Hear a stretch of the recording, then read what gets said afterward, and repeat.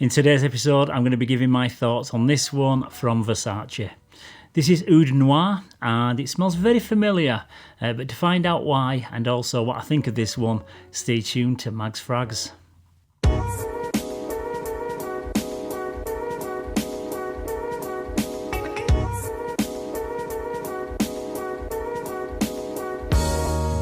Yes, hello again everybody and welcome to another episode of Mags FRAGS. I'm Paul and this is day 71 of my Fragrance 365 project where I talk about a different fragrance every day for a whole year. Today's scent of the day is Oud Noir pour Homme from the house of Versace. This is an oriental woody fragrance and it was launched in 2013.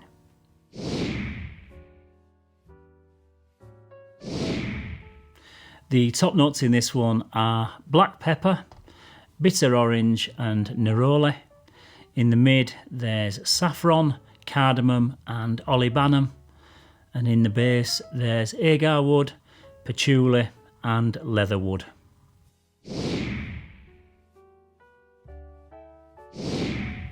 So this opens up fairly bright with a slightly spicy undertone with the cardamom, black pepper and saffron giving it a nice little kick. This is accompanied by bitter orange that I always think works really great with woodier scents, and I especially enjoy the orange and woody combination in the John Varvatos Artisan Pure. Within the first 20 seconds the agarwood comes through and then the resemblance to another fragrance is impossible to notice. It smells very similar to Oud Wood from the Tom Ford Private Blend. It's not identical, and I would even go as far as to say that I actually do prefer this slightly, just because it comes off a little bit more rounded and slightly smoother, and basically easier to live with. This is more like a westernised designer version of the oud note, which is not overbearing like some Middle Eastern fragrances can be. It's superbly blended and it has a lovely rich and smoky woodiness, which is complemented by a hint of leather. It certainly has a niche quality to it, and it's the most grown up and expensive smelling fragrance out of all the Versaces that I own or that I've even tested.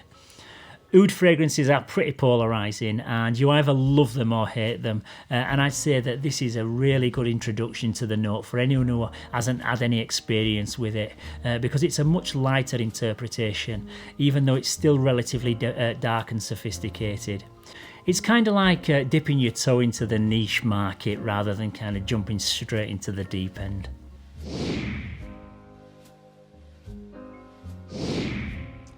Yeah, the bottle design is very similar to the others in this line. We've got the Pour Homme and we've also got the Dylan Blue versions, and it just maintains that rectangular shape. We've also got like a beveled edge that runs on the front and on the back there. There's a black to clear gradient on this one which you don't get on the others, and I think that looks quite stylish. And we also have the familiar Versace emblem then in like a coin shape. This one's gold, but we've got then the silver accents on the other one, and then we've got gold on the Dylan Blue as well.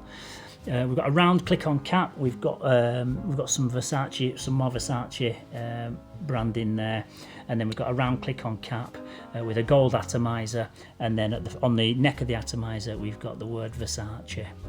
The spray quality is really good. Nice fine mist as you'd expect from a quality house, and then on the bottom of the bottle there's all your product information and your batch codes and everything at the bottom there. The overall presentation in this I think looks really stylish and really elegant. It feels heavy, it feels chunky, and yeah, when you put them all together they do look really nice when they're sat by side in a collection. So yep, I would give the presentation a good 9 out of 10 on these ones.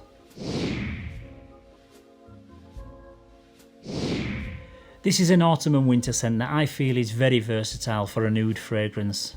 It's very easy to wear, and I'd say that it sits right on the border of smelling niche and designer. If you have only ever worn mass appealing designer fragrances, then I'd say this is like a gateway to more complex smelling niche fragrances. There's nothing that's going to offend anyone around you in this, and I'd even say that you could wear this as a daily office scent, but during the cooler months of the year. This has a very relaxing and a comforting scent profile, so it would be great for a cosy night in or as a date night scent. It's not one that I'd recommend as a clubbing fragrance or for younger guys.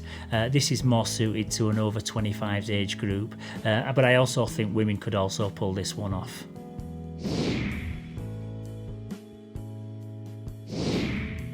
This isn't a huge projector and it tends to sit fairly close to the skin. People will detect it in your scent cloud as you walk past them, but when I'm stood still I don't really notice it unless I go directly to where I first sprayed it. The longevity is decent though, and I can still detect this for around about 6 or 7 hours. But this is why I think it's a really interesting fragrance, because most oud fragrances are, in my opinion, too overpowering and dense. This isn't going to wow anyone in the performance department, and I'd even say that you probably get more performance from Dylan Blue than you do with this one. It's not a poor performer though by any means in terms of designer fragrances, but when you're usually used to wearing niche fragrances with this scent profile, they're usually the quality that burn your hairs in your nostrils and they last 7 days on your skin. So, but I would say this has got an average performance for like a designer scent.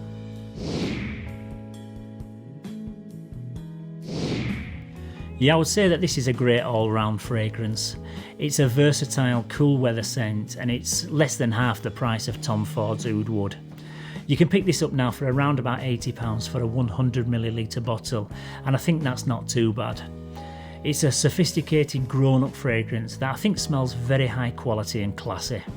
Like I said before, I see this one as being a bit of an hybrid fragrance, and I think it's perfect for someone looking for the first niche quality smelling designer scent. The projection could be a little bit better in my opinion, because it might not have enough to cut through the cold air outdoors. However, if you spend most of your time indoors during the winter, I think this would be an ideal pickup.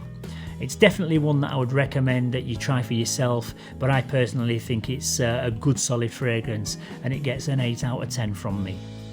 Yeah, so once again, that's about it for today's Scent of the Day. Tomorrow I'm going to be giving my thoughts on a retro classic, but this time it's the king of the big hitters, so don't forget to tune in for that one. If you found this video useful, please don't forget to give it a like and subscribe to the channel. And it's also great to hear your opinions and your thoughts and your critiques on all these fragrances that feature in the project. So don't forget to keep letting me know down in the comments section what you think. So until next time, as always everybody, thank you very much for watching. Stay safe, keep smelling fresh, and bye bye for now.